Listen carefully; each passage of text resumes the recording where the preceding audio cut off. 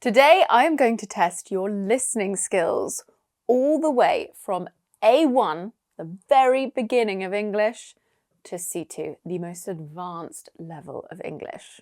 Each audio clip will increase in difficulty and we will analyse some of the most interesting vocabulary, grammar and pronunciation from each clip. And if you think you're already at C1 or C2, don't skip ahead.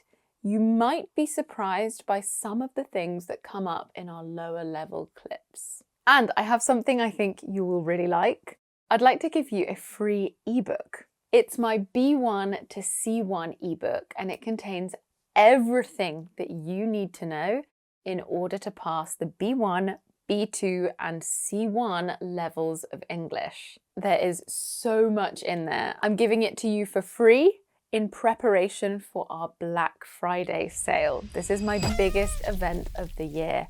My students literally wait all year for this because they know two things. One, I always go a bit mad with the offer. And two, my programs genuinely transform your English. So if you want to download this B1 to C1 ebook for free and sign up for the waiting list for my huge Black Friday sale so that you'll be the first to know, click on the link in the description box or scan the QR code there. Okay, let's start with the test. I'm going to play a series of audio clips.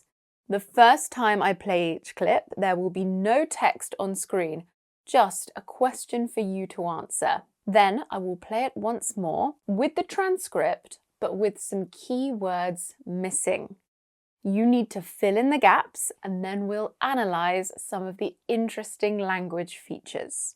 Let's begin with an A1 level clip. Now, if you've ever visited the UK, it's possible that you arrived at London Heathrow. Our first clip is from a documentary called Heathrow, Britain's busiest airport. So remember, first I'll play the audio with no text on screen. Just listen and answer the question. And make sure you turn off subtitles if you want to do this properly. The question is, how many people travel through Heathrow Airport each year? London Heathrow, Europe's biggest and busiest airport, transporting more than 73 million passengers every year. Just your passport, please. That's fine. How many passengers? 6. Okay, the answer is 73 million passengers. Passenger is a slightly higher level word, around A2 level, and refers to a person who's travelling, not working, on a plane, bus, train, and so on. Okay, let's listen again. Try and fill in the blanks with one word in each space. London Heathrow, Europe's biggest and busiest airport, transporting more than 73 million passengers every year. Just your passport, please. That's fine. How many passengers? 6. So we have London Heathrow, Europe's biggest and busiest airport. These are our superlative forms of big and busy. And notice the spelling changes there. We need to double the G for the comparative and superlative forms, and Y becomes I in busiest. Be careful because the letter U is pronounced as a short I. Busy, busiest. Next, we have transporting more than 73 million passengers. A common error I hear at this level is more that. It should be more than. For example, I have more than 10 friends. The airport worker asks for just your passport, please. And another worker asks, how many passengers? Some A1 learners confuse how with who. How many with the ow diphthong is used to talk about quantity. Who with the long oo vowel sound is used to talk about a person. Okay, did you get all of that? Let's step things up a level. We'll head into London for the following A2 level clip from Britain's favourite walks. Listen and answer the question, where is the speaker walking? I grew up in West London, so I spent my whole life kind of walking along by the river, and it's one of the few places in London you get a bit of kind of perspective. It's a treasure. The answer is along or by the river. The speaker says both. Along is an A2 preposition meaning in a line, following the side of something. By is a more basic word with a similar meaning, near or at the side of something. Along usually suggests movement, but we can use by to show position. For example, I walked along the river with Diego. I want a house by the river. Oh, and of course, the river in question is the River Thames. Walking along the River Thames is one of my favourite things to do when I visit London. And a fun fact for you, it actually begins in the Cotswolds, not far from where I live. Okay, let's listen to the clip again. Try and fill in the gaps, one word in each space. I grew up in West London, so I spent my whole life kind of walking along by the river, and it's one of the few places in London you get a bit of kind of perspective. It's a treasure. We have grew up, the past simple of grow up. This phrasal verb means to become an adult. We normally give more energy to the second word in phrasal verbs. I grew up in. Some speakers add a soft w sound to glide between the vowel sounds. Grew up in. Where did you grow up? Next, the speaker said he spent his whole life walking along the river. He uses the present perfect here to show this is something he started doing as a child and still continues to do. And notice the collocation spend time, not pass time. This is a mistake I hear a lot. We generally use spend time when we talk about using our time for a particular purpose. For example, I enjoy spending time with my mum, not I enjoy passing time with my mum. And finally, we have one of the few places. The structure one of the is followed by a plural noun. I often hear students at this level say, for example, one of the thing I love. But it's not correct. We should say one of the things I love. It's one of many. Okay, did you still find that pretty easy? If so, let's move on to B1. The next clip is from an actor and comedian, Stephen Mangan, and he's answering the question, what's in my suitcase? And lists some items he never travels without. What's in my suitcase? Well, I always bring a pillow because I'm really fussy like that and I can't stand other people's pillows. Also, other people have been sleeping on those pillows. I always bring something to play music on because I like to have music. And even though some hotel rooms have something, you can never be too careful. So far, he's mentioned a pillow and something to play music on. Let's jump in at number 3. Listen and answer the question, what other 3 objects does he always bring when he travels? Number 3, I always bring a pair of sunglasses because I've got a quite weird face and lots of glasses don't look that good on me. 4, I always bring about 25 phone chargers because I just paranoid that I won't be able to charge my phone because what am I going to do without my phone? Will I exist if my phone runs out of battery? I won't exist. And 5, I always bring a book. I like to read a book, especially on a beach. Well done if you caught sunglasses, phone chargers, about 25 to be precise, and a book. What 5 items would you never travel without? Let me know in the comments. Let's listen again for some more detail and fill in each gap with one word. Number 3, I always bring a pair of sunglasses because I've got a quite weird face and lots of glasses don't look that good on me. 4, I always bring about 25 phone chargers because I just paranoid that I won't be able to charge my phone because what am I going to do without my phone? Will I exist if my phone runs out of battery? I won't exist. And 5, I always bring a book. I like to read a book, especially on a beach. We'll go through the answers for this one a bit differently. Here they all are. We have weird, paranoid, to be able to, and run out of. Now, here's a synonym for each word or phrase. Can you match each word from the clip with a word that has the same meaning? We have can, use all of something, worried, and strange.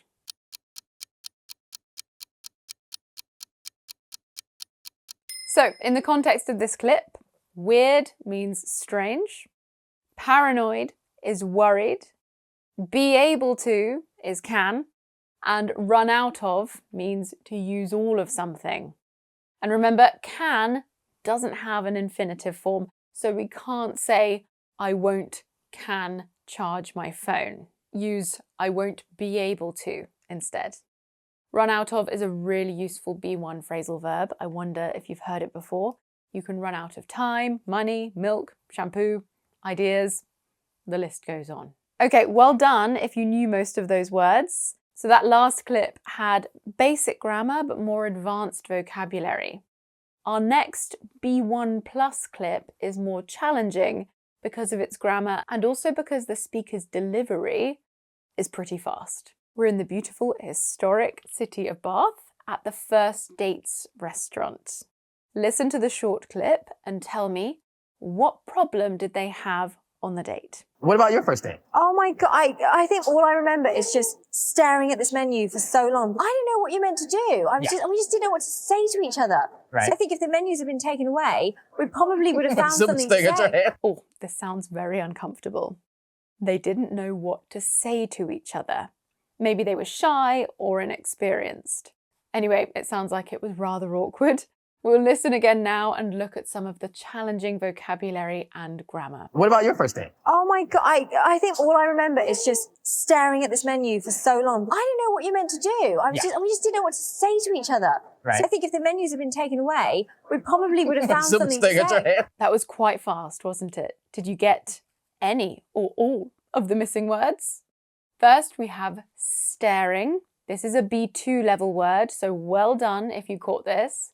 To stare means to look at someone or something for a long time, maybe because you're tired, angry, or confused. For the speaker in our clip, she was probably staring at the menu as she was too embarrassed to look anywhere else. Next, we have meant, the past of mean, and notice the pronunciation here.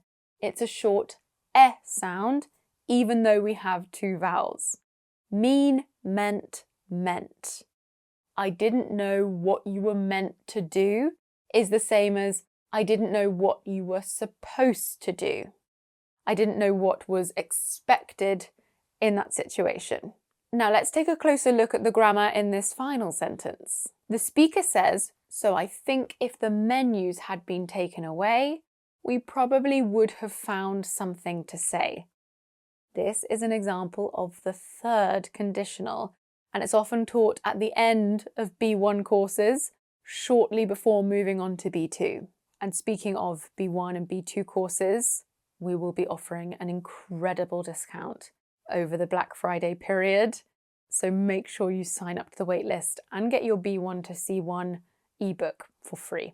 The link's in the description box, or you can scan the QR code there. So how do we form the third conditional? Well, in this case, we have if plus past perfect plus would have plus past participle. And that's quite a lot to put together. And this phrase is even more complex as we have a past perfect passive, had been taken away by the waiter. Adding to the difficulty of the clip are the contracted forms the speaker uses. Menused, would've, for example. You don't need to use these yourself when speaking, especially at B1, B2 level, but it's important to be able to recognize them when listening. We use the third conditional to imagine a different past. No one took the menus away, so they didn't find anything to say to each other. Okay, are the listenings getting a little bit more challenging for you now, or are they still a walk in the park? A piece of cake. Next up is a B2 level clip from a documentary series called The Heart of Britain. Listen and answer the question.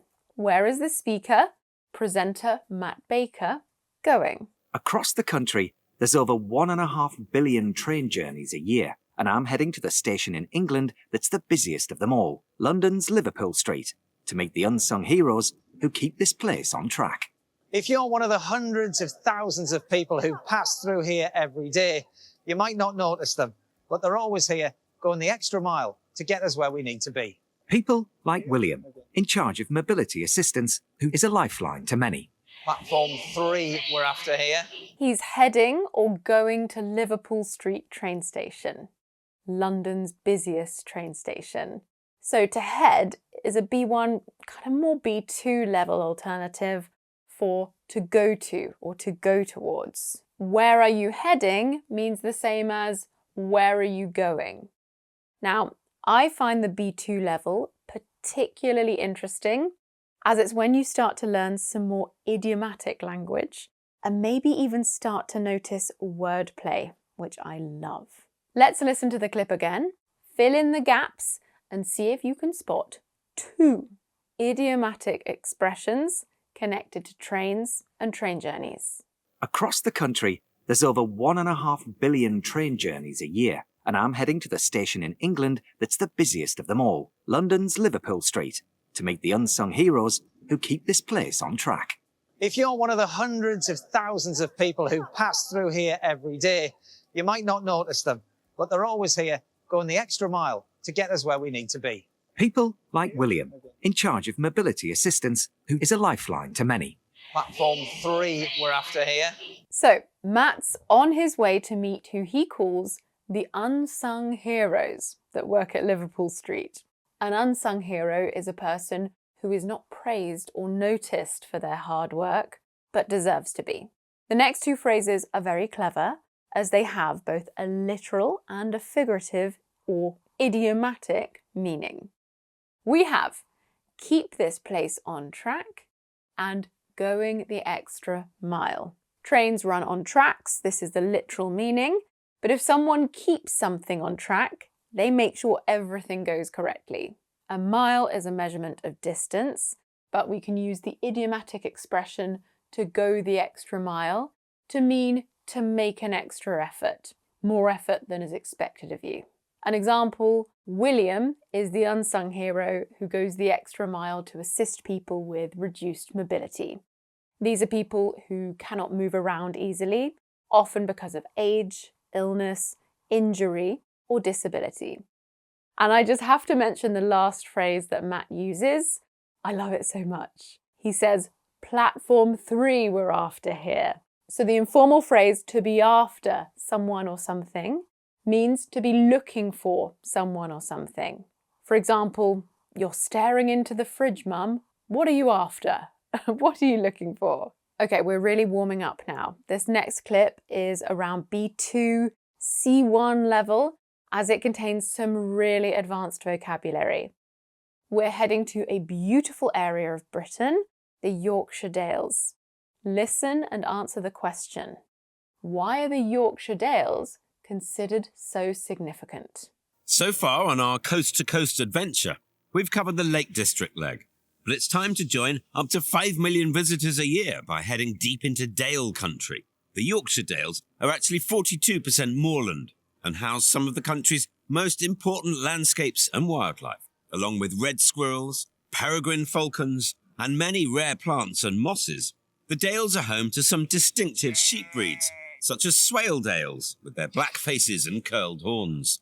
The answer is because they house some of the country's most important landscapes and wildlife. And notice I said house with a voiced z sound at the end, not house with the unvoiced s. Now that's because this is the verb form, meaning to give a place for a person or animal to live. Landscape is what we can see when we look around, especially in nature, for example, mountains, hills, rivers, and so on. Wildlife refers to the animals, plants, and insects, etc. that live in nature. Let's listen again. This time, try and catch the missing wildlife words. This is tough. You ready? So far on our coast-to-coast adventure, we've covered the Lake District leg, but it's time to join up to 5 million visitors a year by heading deep into Dale country. The Yorkshire Dales are actually 42% moorland and house some of the country's most important landscapes and wildlife, along with red squirrels, peregrine falcons, and many rare plants and mosses. The Dales are home to some distinctive sheep breeds, such as Swale Dales, with their black faces and curled horns. First, we have red squirrels. Squirrels. This is a small animal with a big tail and large ears that collects food and stores it for winter. Now, this word is notoriously difficult to pronounce. The squ cluster at the beginning can be hard. Squirrel, squirrel. Next, peregrine falcons. Peregrines are a bird of prey that are incredibly fast when diving.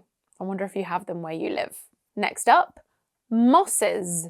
These are small, soft green plants that grow on damp trees and rocks. And finally, sheep breeds such as Swaledales, a tough breed of sheep from the Yorkshire Dales, famous for its rounded horns. Now, we've got even more advanced vocabulary in this clip. Words like leg, meaning a part of a journey, and moorland, a word that describes areas of Britain covered in rough grass. So, if you've caught some of these advanced words, well done indeed. Okay, are you ready for our final clip, which is our C2 level clip? We're going to listen to actor and comedian Danny Dyer. He's going to tell us how he likes his tea.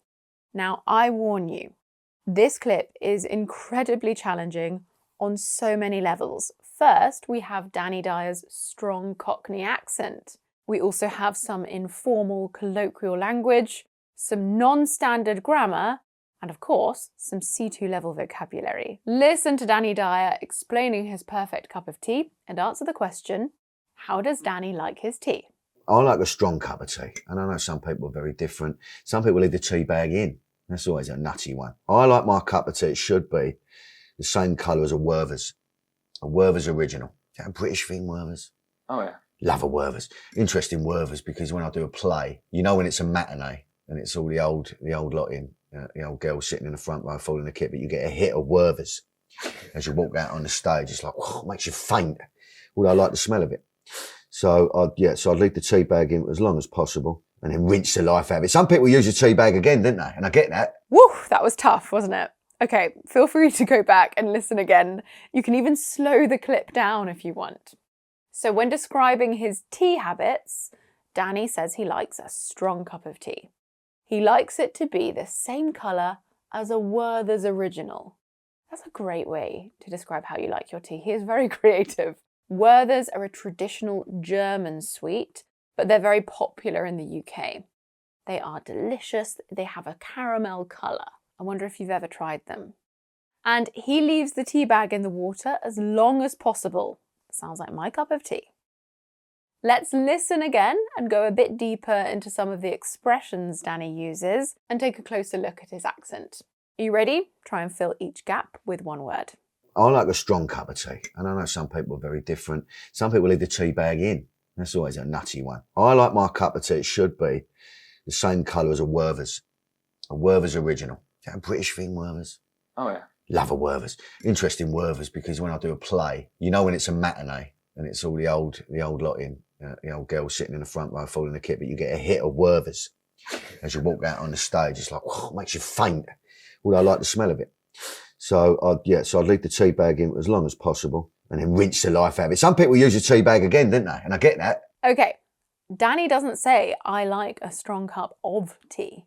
He says, I like a strong cup of tea, dropping the v sound, cup of tea. Some people leave the tea bag in. That's always a nutty one. So nutty here is an informal word that means a little bit strange or crazy. I pronounce the TH in Werther's with a V sound. But did you notice that Danny used a V instead? V. Werther's original. So this is very common in Cockney and some other British accents. He then talks about when he does matinee plays, or should I say matinee, with a glottal stop in the middle. This is another common feature of Cockney accents, replacing the t in the middle of a word with a glottal stop. Matinee. A matinee is an afternoon performance of a theatre play or film. They're popular with families, with children and older people. And me, I'm not one for a late night, and you can often get tickets a bit cheaper than usual. Ka-ching. Next, we have the wonderful informal expression, falling a kip, which means falling asleep. We can use kip as an informal word for a short sleep or a nap. I must say, falling a kip is not very common, but using kip on its own is fairly common. Now, after leaving the tea bag in the water for as long as possible, Danny likes to rinse the life out of it. So this is a great informal expression that in this context means to squeeze out every last bit of flavour and strength from the tea bag. And finally, we have didn't they? So this is a non-standard form of the question tag, didn't they? Didn't they? So notice that according to grammar rules, the tail question should technically be formed with don't they in the present simple. Using didn't they is quite common in some dialects. I wonder if you've heard it used before. Okay, did you pick up on anything else interesting or unusual or surprising in that clip or any other clips? Let me know in the comments. And if you managed to pick up the majority of what Danny said, then a huge pat on the back to you. That was incredibly tough. Okay, that brings us to the end of today's video. I wonder what level of English listening skills you think you have. Don't forget, I'm offering you my B1 to C1 ebook for free. It will also sign you up to join my Black Friday waiting list. You will be the first to know about my incredible once-a-year offer. Click on the link in the description box or scan the QR code there. I really hope you enjoyed this lesson. I'll see you in the next one. Mwah!